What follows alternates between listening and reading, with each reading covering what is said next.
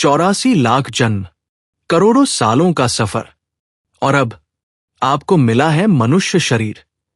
क्या आप इसे पहचान पाएंगे या फिर से वही चक्र दोहराएंगे?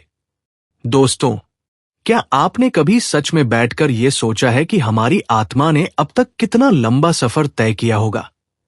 हम आज जिस शरीर में बैठे हैं, ये कोई शुरुआत नहीं है, ये लंबी यात्रा का एक पड़ाव है।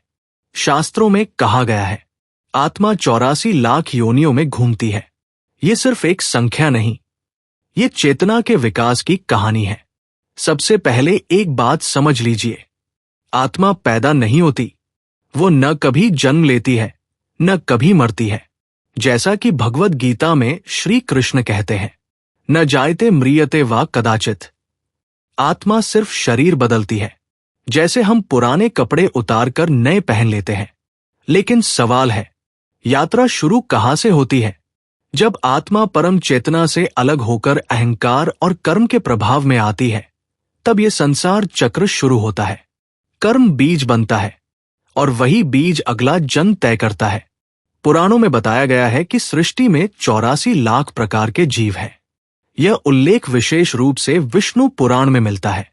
इनमें शामिल है जलचर जैसे मछलियां, सूक्ष्म जीव, स्थावर जैसे पेड़ पौधे, कीट पतंगे, पक्षी, पशु और अंत में मनुष्य।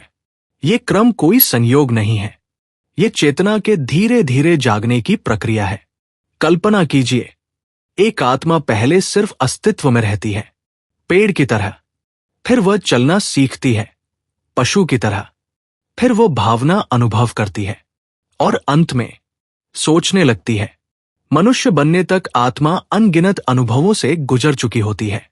अब ध्यान से समझिए, पशु खाता है, सोता है, डरता है, प्रजनन करता है। मनुष्य भी यह सब करता है। फिर फर्क क्या है? फर्क है विवेक। मनुष्य पूछ सकता है, मैं कौन हूं? मेरा उद्देश्य क्या है? मृत्यु के बाद क्या होगा? यह प्रश्न ही मोक्ष का पहला कदम है। शास्त्र कहते हैं, देवता भी मनुष्य जन्म की कामना करते हैं, क्योंकि केवल मनुष्य के पास कर्म बदलने और मुक्ति यानी मोक्ष पाने की क्षमता है। मोक्ष कोई स्वर्ग नहीं है, मोक्ष कोई जगह नहीं है। मोक्ष है जन्म और मृत्यु के चक्र से मुक्त हो जाना।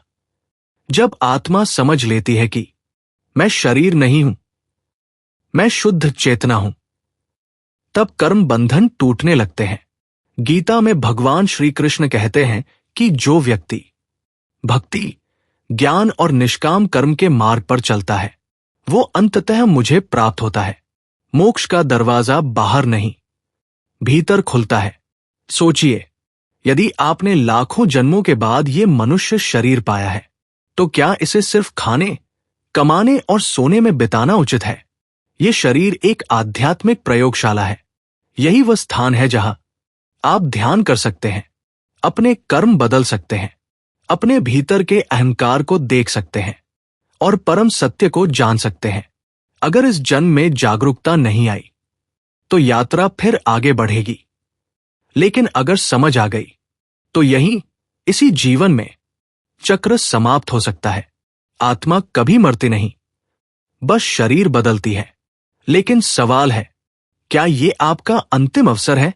तो अब मैं आपसे एक प्रश्न पूछता हूं, क्या आप सिर्फ 84 लाख योनियों की कहानी सुनकर यूं ही रहेंगे, या इस मनुष्य जन्म को सच में सार्थक बनाएंगे? आंखें बंद करके एक पल सोचिए, मैं शरीर नहीं हूं, मैं आत्मा हूं, और मैं मुक्त होना चाहता या चाहती हूं। यही शुरुआत है, यही पहला कदम है। अगर यह बात आपके हृदय को छू गई हो, तो कमेंट में लिखिए, मैं अपनी आत्मा को पहचानना चाहता या चाहती हूं। और अगली वीडियो में हम समझेंगे कर्म कैसे अगला जन्म तय करते हैं और उनसे मुक्त कैसे हो। हर हर महादेव। Thank you.